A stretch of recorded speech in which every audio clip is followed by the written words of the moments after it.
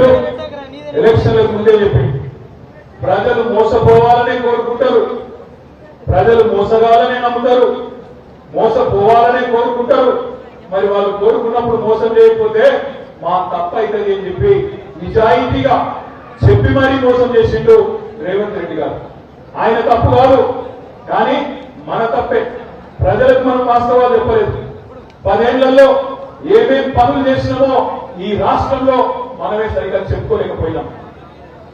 అత్యధికంగా భారతదేశంలో 10 ఏళ్లలో పిల్లలకు ప్రభుత్వ ఉద్యోగాలు ఇచ్చింది తెలంగాణ రాష్ట్ర ప్రభుత్వం కేసీఆర్ గారి నాయకత్వంలో. 1,60,283 మంది పిల్లలకు ప్రభుత్వ ఉద్యోగాలు ఇచ్చిన ప్రభుత్వం కేసీఆర్ గారి ప్రభుత్వం. మొన్న రేవంత్ రెడ్డి గారు ఇచ్చిన 32,000 ఉద్యోగ కాగితాలు కూడా మన ప్రభుత్వంలో ఇచ్చినాయే తప్ప ఆయన ఇచ్చినవి కాదు. కానీ ఈ 2 లక్షల ఉద్యోగాలు ఇచ్చిన మన విషయాన్ని మన పిల్లలకు మనమే చెప్పుకోలేకపోయినాం.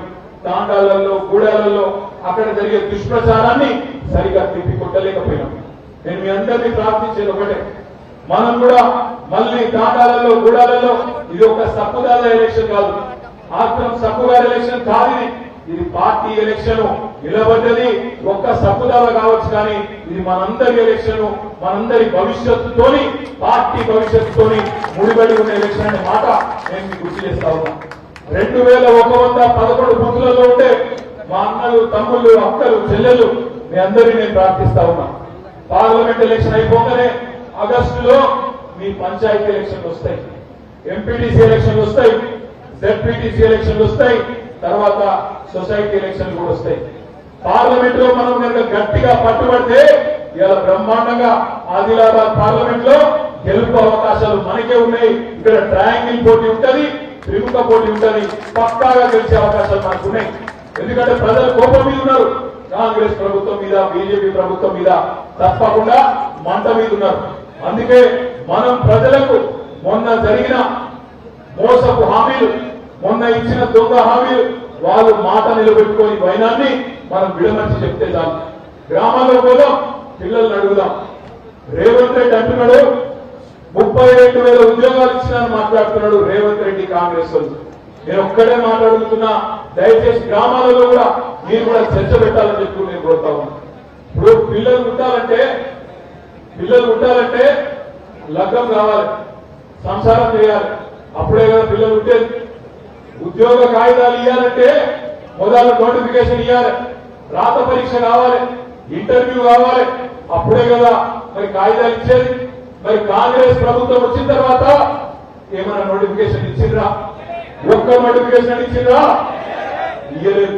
మరి ఇవ్వకుండానే లగ్గం కాకుండానే పిల్లలు పుట్టినట్టు మరి ఇలా నోటిఫికేషన్ ఇవ్వకుండానే 32,000 ఉద్యోగాలు ఇచ్చినా చెప్పి రేవంత్ రెడ్డి, కాంగ్రెస్ వాళ్ళు డైలాగులు కొడుతుంటే, అబద్ధాలు చెప్తుంటే నిజానిజాలు చెప్పవలసిన బాధ్యత మన మీదనే ఉన్నది.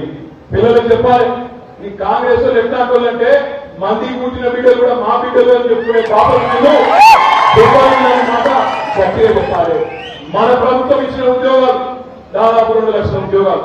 ఆ ఉద్యోగాలకి ఇలా నాడు కోర్టులో చిన్న చిన్న సమస్యలుంటే వీళ్ళు వచ్చిన తర్వాత పరిష్కారం అయితే మేమిచ్చినామని చెప్పి డైలాగులు కొడతా ఉన్నారు. కాంగ్రెస్ ప్రభుత్వం ఒక మాట ఇచ్చింది తెలంగాణ యువతకు. ఒకటే సంవత్సరంలో గెలిచిన మొదటి సంవత్సరంలో 2 లక్షల ఉద్యోగాలు ఇస్తామని మాట ఇచ్చింది. అందుకే మనం ఏం చేయాలి? పిల్లలకు ఈ 30,000 ఆ 2 లక్షల ఖాతాలు రావు. మీరింకా తెలంగాణ పిల్లలకు ఈ సంవత్సరంలోనే 2 లక్షల ఉద్యోగాలు బాకీ ఉంటారనే మాట గ్రామాన ప్రతి తాండాలో, ప్రతి గూడెంలో పిల్లలకు చెప్పవలసిన మాట మన మీదనే ఉన్నది. ఆ బాధ్యత మన మీదనే ఉన్నది. తెలంగాణ యువతకు చెప్పాలి ఎంత మోసం చేస్తుందో కాంగ్రెస్ ప్రభుత్వం. ఆనాడు మనం ఉన్నప్పుడు ప్రభుత్వంలో టీఈటీ అనే పరీక్ష, టెట్ అనే పరీక్ష పెట్టినాం, టీచర్ ఎలిజిబిలిటీ టెస్ట్. దానికి ఆనాడు మనం పెట్టిన ఫీజు 400 రూపాయలు. కాంగ్రెస్ వాళ్ళు బాగా పెట్టినాడు, మీరు ఇంత ఫీజు పెడతారా, ఇంత పెడతారా, ఇంత ఎక్కువ పెడతారా, మేము వస్తే ఉచితంగా చేస్తామన్నారు. ఇలా మళ్ళీ టీఈటీ అని పెడితే ఎంత పెట్టింది తెలుసా? ఫీజు 2,000 రూపాయలు. 400 మనం పెడితేనేమో తిట్టిండ్రు, ఫ్రీగా పరీక్షలు పెట్టుకున్నారు. ఈ రోజు మాత్రం 2,000 రూపాయలు ఫీజు పెట్టి. అది మాత్రమే కాదు, ఇవాళ కాంగ్రెస్ ప్రభుత్వం ఎంత పచ్చి మోస ప్రభుత్వం అంటే, ఆనాడు కేసీఆర్ గారు ఉన్నప్పుడు తెలంగాణ ప్రభుత్వంలో మనం డిఎస్సికి 5,000 ఉద్యోగాలకు డిఎస్సికి నోటిఫికేషన్ ఇచ్చినాం. ఆ రోజు ఇదే రేవంత్ రెడ్డి పిసిసి ప్రెసిడెంట్ గా ఏమన్నాడు? ఇది దగా డిఎస్సి, ఇది మెగా డిఎస్సి కాదు. ప్రభుత్వంలో 25,000 ఖాళీలు ఉంటే 5,000కే ఎందుకు నోటిఫికేషన్ ఇస్తున్నాం అని చెప్పి ఆ రోజు మాట్లాడిండు ఇదే రేవంత్ రెడ్డి. ఈ రోజు మరి ఆయన నోటిఫికేషన్ ఇచ్చిండు. ఎంతమందితో ఇచ్చిండు? మనం ఇచ్చిన 5,000కు ఇంకొక 5,000 కలిపి 10,000 ఉద్యోగాలతో నోటిఫికేషన్ ఇచ్చిండు. మరి ఇది దగా డిఎస్సి కాదా? తెలంగాణ పిల్లల్ని మనం అడగొద్దా?